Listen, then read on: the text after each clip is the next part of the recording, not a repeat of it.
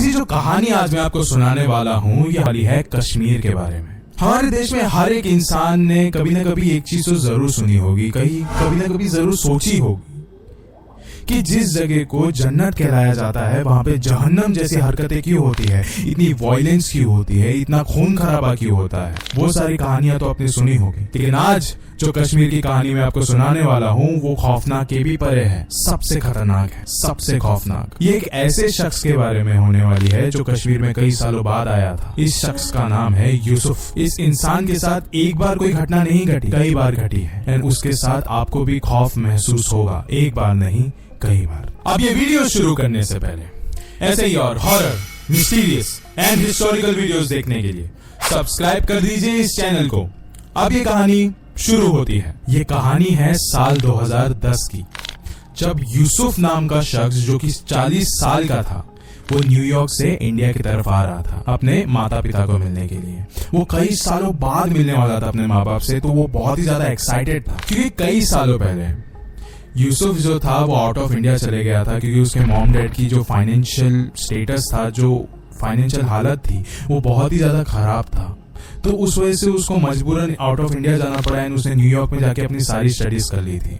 वो हर बार आने की कोशिश करता था इंडिया में, लेकिन वो कभी आ नहीं पाता था। उसके माँ बाप से भी उसकी इतनी ज्यादा कॉल पे बातचीत नहीं होती। लेकिन एक बार की बात है जब उसको एक कॉल आया कि तुम्हारे पिता की तबीयत बहुत ज्यादा खराब है। फिर यूसुफ ने सोचा कि अभी मुझे इतना ज्यादा वक्त नहीं गवाना चाहिए, क्या पता कुछ भी हो सकता है। फिर बिना वक्त गवाए उसने इंडिया की एक टिकट बुक कर ली। वो इंडिया में पहुंच गया, न्यू दिल्ली एयरपोर्ट, एंड वहां से बिना वक्त गवाए उसने एक और एक गाड़ी बुक कर ली जो कि कश्मीर की तरफ जा रही थी। अब फाइनली यूसुफ कश्मीर में पहुंच चुका था।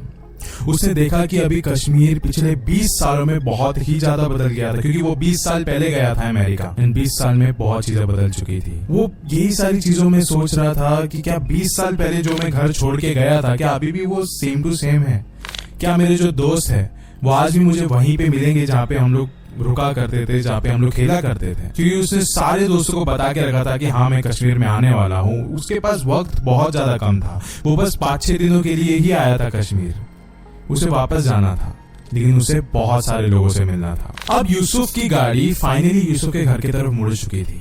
एंड यूसुफ जाते जाते ये सारी चीजें देख रहा था कि उसका जो मोहल्ला है जो उसने 20 साल पहले छोड़ा था वो अभी भी वैसे का वैसा ही है। सारे दुकान वैसे के वैसे, सारे घर वैसे के वैसे। उसने देखा कि जिस दुकान से वो बचपन में बिस्किट वगैरह, चॉकलेट वगैरह लिया करता था वो आज भी वैसे का वैसा ही है। एंड आज के समय में उस दुकानदार का बेटा उस दुकान को चला रहा है। वो ये सब कुछ देख के बहुत ज्यादा खुश हुआ। अभी उसका एक्साइटमेंट और भी ज्यादा बढ़ गया था क्योंकि अब वो फाइनली उसकी जो गाड़ी थी वो उसके घर के सामने आके रुक गई। वो अपने घर के पास गया, उसने नॉक किया, लेकिन किसी ने भी दरवाजा खोला नहीं। उसने और ज्यादा नॉक किया, किसी ने भी दरवाजा खोला नहीं। फिर और भी बहुत ज्यादा भी भीड़ आने लग गई थी आसपास यूसुफ के, क्योंकि यूसुफ वो ही लड़का था जिसने 20 साल पहले अपने माँ बाप से झगड़ कर इंडिया को छोड़ा था और अमेरिका चला गया था। लोग उसको घूर घूर के देख रहे थे। यूसुफ भी बहुत ज्यादा अनकंफर्टेबल होने लग गया। उसने बोला ये क्या है यार, घर पे अभी कोई भी नहीं है, मैं एक काम करता हूँ शाम में वापस आ जाऊंगा। एंड वो फिर अपने घर से वापस जाने के लिए मुड़ गया। वो जैसे ही मुड़ा ना, पीछे से दरवाजा अपने आप खुल गया। उसे लगा कि शायद से हवा चल रही है इसके लिए वो अपने आप खुल गया होगा। ठीक है, उसने अपने सारे बैग्स लिए एंड वो घर के अंदर चला गया। फिर वो जैसे ही अंदर गया अपना सामान लेकर, उसने अपना सामान नीचे फेंका और उसने अपनी माँ को आवाज लगाई। 2-3 बार आवाजें लगाई, लेकिन इस बार एक आवाज दूसरी तरफ से यूसुफ की तरफ आई और यह आवाज उसकी माँ की ही थी। यह आवाज आ रही थी पहले माले से, फर्स्ट फ्लोर से।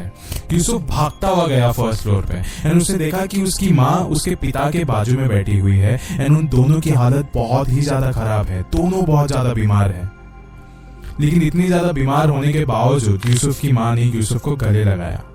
उन दोनों की हालत देखकर यूसुफ भी बहुत ज्यादा इमोशनल हो गया था कि ये सब कुछ क्या हो गया इन दोनों को। शायद उसे रिग्रेट भी महसूस हो रहा था, लेकिन स्टिल वो थोड़ा खुश भी था कि अभी फाइनली वो भले कुछ समय के लिए लेकिन अपने माँ बाप के साथ रह सकता है। लेकिन यूसुफ ये नहीं जानता था कि उसकी पहली रात उस घर में बहुत ही ज्यादा खौफनाक थी। उसकी पहली रात थी उस घर में एंड वो अपने घर पे पानी भरने के लिए बस नीचे ही उतरा था। उस समय उसने देखा कि उसके राइट साइड से ना खिड़की की तरफ कुछ तो आवाज आई। कुछ हवाएं नहीं चल रही थी, लेकिन वहां से आवाज आई। वो एक खिड़की से दूसरी खिड़कियों की तरफ वो आवाज गूंज रही थी। फिर उसने थोड़ा ध्यान से देखने की कोशिश करी। उसने देखा कि दोनों हाथों के फिंगरप्रिंट्स उस विंडो के ऊपर थे। वो ध्यान से देख सकता था। उसने और थोड़ा ध्यान से देखा तो देखा कि सारे विंडोज पे वो हाथों के निशान हैं, जैसे कि कोई तो इंसान है, कोई तो शख्स है जो कि बाहर इतने रात के अंधेरे में खड़ा है और अंदर झांकने की कोशिश कर रहा है। ये सब कुछ देखकर यूसुफ बहुत ही ज्यादा घबरा गया था। उसके हाथ से उसके पानी की बोतल नीचे गिरी एंड यूसुफ फर्स्ट फ्लोर पे भाग गया अपने माता पिता के पास। जैसे ही अगली सुबह हुई, यूसुफ अपने कमरे से निकलकर अपने माता पिता के कमरे की तरफ गया और उसने अपनी माँ को ये सारी बात बताई कि माँ, मैं आधी रात को जब नीचे पानी की बोतल में पानी भर रहा था, उस वक्त मैंने देखा कि हमारे विंडो पर, हमारी खिड़कियों पर दो हाथों के निशान थे। एंड मुझे ऐसा भी महसूस हुआ कि कोई तो इंसान है जो बाहर इतनी रात के अंधेरे में हमारे घर की तरफ झांक रहा था। मुझे बहुत ज्यादा डर लग गया उस वक्त। फिर यूसुफ की माँ ने यूली बात कही कि वो हमारे ही घर के पड़ोस में रहता है एक आदमी, जिसकी शादी हो जाने के बाद उसकी बीवी का इंतकाल हो गया था, मर गई थी उसकी बीवी। तो उसी के बाद से उसका जो मानसिक संतुलन है कुछ सही नहीं है। वो आसपास बस घूमता रहता है, चाहे रात हो या दिन। फिर ये सुनने के बाद यूसुफ बहुत ज्यादा काम डाउन हो गया था कि नहीं, ये कोई लाइक ऐसे दूसरी दुनिया की चीज नहीं थी, ये एक इंसान ही था। उसे बहुत ज्यादा रिलीफ मिल गया था। इनफैक्ट अगली रात में तो उसने उसके घर से बाहर जाके उसको ढूंढने की भी कोशिश करी थी। एंड उसी दिन यूसुफ को उसके एक दोस्त की पार्टी इनविटेशन मिली। एंड क्योंकि यूसुफ इतने सालों बाद आया है कश्मीर में, उसको अपने दोस्तों का कोई भी मौका नहीं मिला था अब तक, तो फाइनली उसे लगा कि इस पार्टी में जब मैं जाऊंगा तो मेरे सारे दोस्त हो गए वहां पे, मैं जाऊंगा यहाँ पे। एंड ये पार्टी का इन्विटेशन कुछ शाम के बाद का था।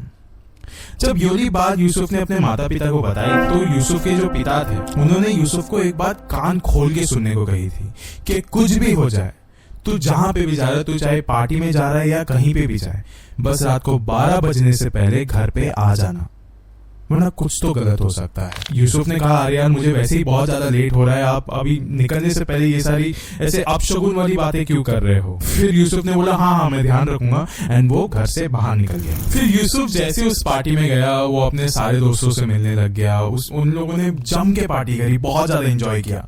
लेकिन अभी भी पार्टी खत्म नहीं हुई थी। एंड यूसुफ ने अपने घड़ी की तरफ देखा। उसने देखा कि रात के 12 बज चुके हैं, लेकिन स्टिल उसे ऐसा लग रहा था कि अभी तो रात के 12 बजे है, लेकिन फिर भी पार्टी एंड नहीं हुई है, कोई भी अभी तक नहीं निकला है। मैं निकलूंगा तो शायद से इन लोगों को थोड़ा बहुत बुरा लग सकता है, तो मैं यहीं पे रुकता हूं। फिर यूसुफ का एक दोस्त आया उसके पास, दानिश। उसके सारे दोस्तों को थोड़ा तो अजीब लग रहा था, लेकिन दानिश उसके पास आया और उसने बोला कि भाई शायद से तुझे यहाँ पे नहीं रुकना चाहिए आधी रात तक, तुझे घर चले जाना चाहिए। फिर यूसुफ को थोड़ा सा रूड लगा। उसने बोला कि ऐसा क्यों बोल रहा है। फिर दानिश ने यूसुफ को एक कहानी सुनाई। दानिश ने कहा कि यूसुफ, तू जिस रास्ते से आया है ना मेरे घर की तरफ, उसके बीच में एक रास्ता आता है, एक ब्रिज आता है जिसका नाम है गौकेडल ब्रिज। तू जब अभी यहाँ से निकलेगा भी ना, तभी भी तेरे को उस ब्रिज के जरिए ही जाना पड़ेगा। तो यूसुफ ने बोला ठीक है, हाँ। तो फिर दानिश ने कहा कि जिस ब्रिज से तू अभी जाने वाला है, गौकेडल ब्रिज, उसका एक बहुत पुराना इतिहास है। और वो इतिहास कुछ इस तरीके का है। वहां पे साल 1990 में 50 लोग मारे गए थे एक ही रात में। और ये भी बताया जाता है कि आज भी जब आधी रात में उस जगह से कोई भी गुजरता है, तो फिर उस इंसान को, उस शख्स को उन प्रेत आत्माओं की आवाजें सुनाई देती है, वहां पे भटकते हुए दिखते हैं। ये सारी बातें सुनकर यूसुफ एकदम जोर का हंस पड़ा। उसे लगा, अरे भाई क्या तू ये सारी मनगढ़ंत कहानियां मुझे सुना रहा है। इसलिए कहा कि ये कहानी सच्ची है मेरे दोस्त, ये कहानी घटती है, कई लोगों के साथ हुआ है ये सारी चीजें। फिर यूसुफ ने कहा, भाई मेरे साथ होगी तब मैं देख लूंगा, अभी पार्टी एंजॉय करते। एंड अब रात के 3 बज चुके थे, सब घर जा चुके थे, सिर्फ बच गया था तो यूसुफ। अब रात की 3 बजे यूसुफ अपनी गाड़ी में बैठा, क्योंकि उस वक्त पार्टी में वहां पे कोई था ही नहीं, और वो वहां से निकला। रास्ते भर यूसुफ के दिमाग में यही जो उसके दोस्त दानिश ने बात कही थी वही घूम रही थी बार बार, कि शायद हो सकता है कि गौकेडल रोड में ऐसा कुछ हादसा हो सकता है उसके साथ। अभी गौकेडल ये जो ब्रिज था वो आ ही रहा था अभी उसके नजरों के सामने। एंड उसने देखा कि ब्रिज के कोने में एक छोटी बच्ची खड़ी है एंड वो रो रही है। फिर उसके बाद यूसुफ को थोड़ा लगा कि भाई ये क्या है, लाइक इतने आधी रात में 3 बज रहे यार, ये लड़की इतने सुनसान जगह पे एक ब्रिज पे खड़ी होकर रो क्यों रही है। फिर उसको लगा कि नहीं यार, शायद हो सकता है कि ये कोई प्रेत आत्मा हो। लेकिन यूसुफ अपने उसूलों का एकदम पक्का था। उसको लग रहा था कि नहीं, ये सारी कहानी मन गढ़ंत है, मैं इसकी मदद कर देता हूँ। वो बस सोच ही रहा था इसके बारे में कि वो अभी गाड़ी रोकेगा। लेकिन अब यूसुफ ने अपना एक पक्का फैसला कर लिया था कि उसको अभी अपनी गाड़ी रोक देनी थी। उसने वो गाड़ी को रोक दिया। जैसे ही उसने गाड़ी रोका तो वो जो बच्ची की आवाज आ रही थी रोने की, वो अचानक से बंद हो गई।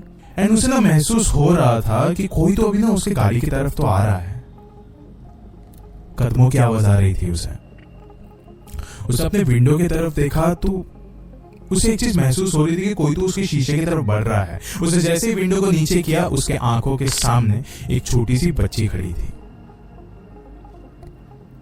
फिर यूसुफ गाड़ी से बाहर उतरा एंड उसने उस लड़की के पास जाके पूछा कि आप रो क्यों रहे थे जब से।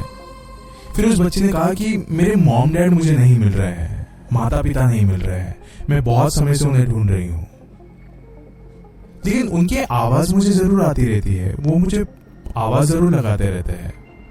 फिर यूसुफ ने कहा कि आवाज कहां से आती है आपको, जरा मुझे वो बताओगे। फिर उस लड़की ने एक तालाब की तरफ अपनी उंगली का इशारा किया जो कि उस ब्रिज को लग के ही था।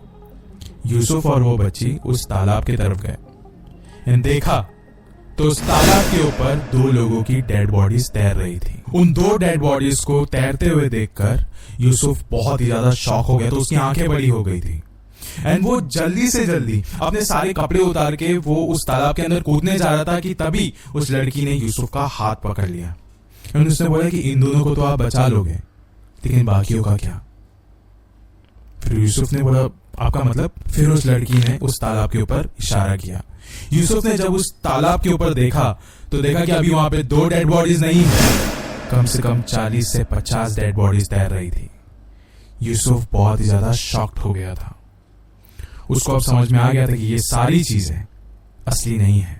वो अपने गाड़ी की ओर भागा, बहुत तेजी से भागा, अपने गाड़ी के अंदर जाके बैठ गया एंड वो कैसे कैसे करके वहां से निकलने लगा। लेकिन उसने एक और एक चीज देखी कि पूरे रास्ते पर खून, सिर्फ खून। फिर वो जैसे ही अपने घर के तरफ पहुंचा, वो भागते हुए अपने घर की तरफ गया और उसे बहुत ज्यादा दरवाजे को पीटने लग गया।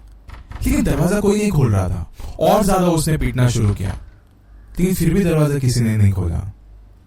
ये कश्मीर है, इतनी ज्यादा ठंड थी वहां पे और वो अकेला उस वक्त इतनी रात के अंधेरे में वो अपने दरवाजे के बाहर खड़ा था, कांप रहा था। वहीं उसे देखा कि दूर से कोई तो इंसान चलते हुए आ रहा है एंड वो उसके घर के तरफ आ रहा था एंड उसने उस यूसुफ को इग्नोर करके उस घर के खिड़कियों के पास चला गया वो एंड खिड़की के पास से वो अंदर वापस से झांकना शुरू कर दिया उसने।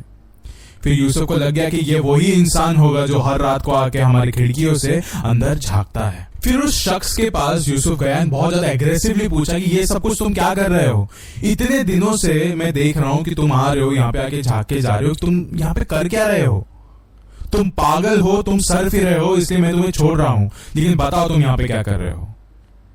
फिर उस इंसान ने बहुत घूर के देखा उसको। यूसुफ ने बोला कि ऐसे घूर के क्या देख रही हो, मेरे माँ बाप का घर है, आप यहाँ पे ऐसे झांक नहीं सकते हो। फिर उस इंसान ने बोला कि कौन से माँ बाप, किन लोगों की बातें कर रहे हो आप। फिर ये सब कुछ सुनने के बाद यूसुफ ने कुछ देर तक कुछ बोला ही नहीं।